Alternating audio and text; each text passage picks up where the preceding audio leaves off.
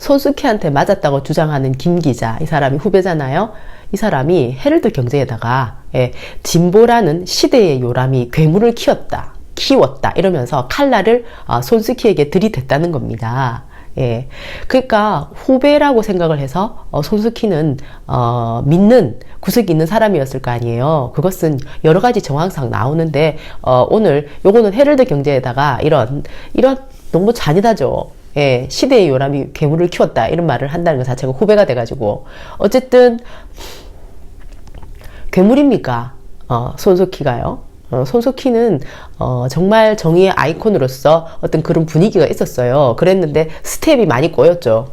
미투 사건, 그 다음에 김부선 사건, 해경궁 김씨 사건, 그럼에도 불구하고 우리는 끝까지 손석희의 역할을 중요하게 생각하고 있고, 또 이제 믿어보려고 노력을 하죠. 그리고 홍석현이가 가지고 있는 큰 그림 안에 이제 자기 입으로서 이용당하지 않는 손석희이기를 저는 굉장히 바라는 사람으로서 이번 사안을 지켜보고 있는데요. 너무너무 촘촘하게 거물망처럼 잘 엮어가지고 이제 손석희를 굉장히 공경에 처하게 만들기 위한 어떤 철저한 작전이 시작됐다는 작전이 이제 시작된 거예요, 보니까. 어떻게 이렇게 한꺼번에 이제 조선일보에서는 이 사람이 이렇게 텔레그램으로 주고받았던 내용을 보냈습니다. 그러면서도 MBN은 매일경제 거죠. 여기서는 또 아주 그냥 이렇게 뉴스 앵커를 겸하고 있는 손석희 JTBC 사장이 폭행 시비에 휘말렸습니다. 김도현 기자가 보도합니다. 서울 상암동의 한 술집입니다. 지난 10일 자정쯤 언론인 출신 40대 김모 씨가 이곳에서 폭행을 당했다는 신고가 접수됐습니다. 그런데 김 씨가 가해자로 지목한 사람은 다름 아닌 손석희 JTBC 사장이었습니다. 김 씨는 손 사장으로부터 주먹으로 얼굴을 2차례 맞았다며 인근 파출소를 직접 찾아 신고했습니다. 당시 상황을 지켜본 종업원들도 시비가 있어 경찰이 다녀갔다고 밝혔습니다. 손석희 사장님 자주 오시대요? 자주 오시지. 경찰은 나왔어요? 왔다 가셨다고 해요. 당시 상황이 담긴 녹취를 MBN이 입수했는데 손 사장이 김 씨를 달래며 사과하는 음성이 담겼습니다. 폭행 사실 인정하고 사과하신 거죠? 그래, 내 아팠다면 내가 폭행이고 사과할게. 김 씨는 해당 녹취록과 상해 진단서를 이미지 파일로 경찰에 제출했습니다. 이에 대해 너무 쏙 보이잖아요. 진짜 무슨 이자카야인가요? 거기 앉아가지고 얘기하다가 녹음 떠놓고는 그걸로 폭행이라는 단어가 나오게 만들고는 경찰로 가가지고는 신고까지 하고 맞았다 이러면서. 그러니까 이거는 이제 보통 사기꾼들이 많이 써먹던 수법이다 해가지고 우리가 익히 알고 있는 거잖아요. 근데 이게 손석희라는 사람에게 가서 이걸 그대로 써먹은 겁니다. 그런데 이제 이것은 단순해 보이지만 알고 보면은 이제 엄청나게 키워낼 수 있는 사건인 거죠. 손석희라는 어떤 사람이 가지고 있는 위력을 봤을 때 그냥 그러고 이 사람도 늘 사건을 다루는 사람이잖아요. 근데 김 기자라는 후배도 마찬가지죠. 사건을 다루는 사람이죠. 그러니까 어쨌든 믿었던 사이니까 그 술집이라는 곳에서 만나서 그런 대화를 나눴을 거 아니에요. 그랬었는데 이것이 오히려 이제 공격으로 돌아온 거죠. 하하. 과연 누가 이랬을까요? 누구에게 좋을까요? 이게 손석희를 공격함으로 해서. 그렇다면은 이제 봐야 되는데 조선일보가 오늘 이렇게 조선일보에다가 이 사람이 기자라는 사람이 이제 두 사람이 대화한 내용을 보냈습니다. 그리고 헤럴드 경제에다가 이런 기사를 쓴 겁니다. 진보라는 시대의 요람이 괴물을 키웠다 라고 이제 괴물로 지목을 한 거예요. 손석희를. 헤럴드 경제가 어떤 신문입니까? 경제신문은 대부분 다 삼성 이재용가의 돈을 많이 받아가지고 운영되는, 그래서 대부분 다 경제신문들은 그냥 업소 하거든요. 매일경제잖아요, 여기도. 그러면은 진짜 웃기는 거는 조중동 중에 하나잖아요. JTBC가 조선일보, 중앙일보.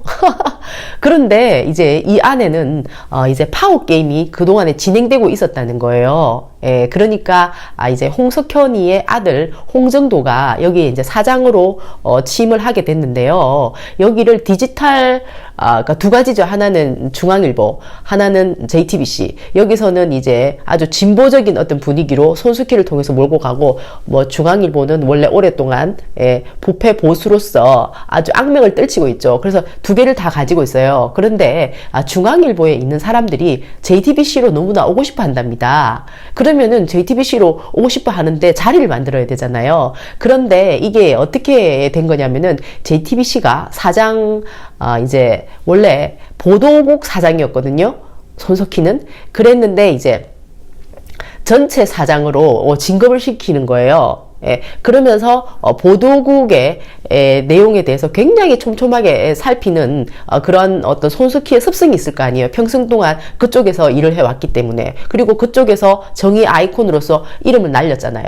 그랬는데 전체를 다 통과하는 사장이 됨으로 해서 뭐 시트콤, 코미디, 여행 프로, 뭐 드라마, 뉴스 너무 많잖아요. 그러니까 보도국에 힘을 좀 빼게 하려고 하는 게 있지 않나 하는 그런 얘기가 있더라고요. 역시나 그랬다는 생각이 들어요. 근데 이제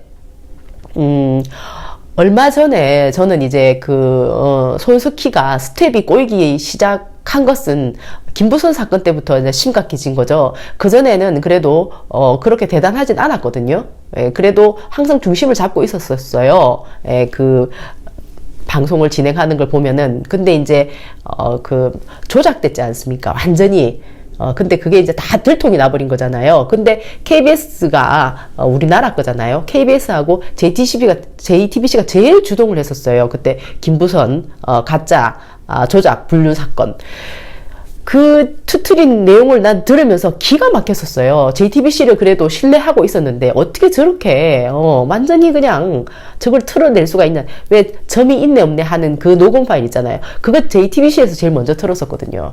그래서 내가 그때부터 JTBC에 대한 어떤 신뢰가 이제 무너지기 시작하고 있었어요.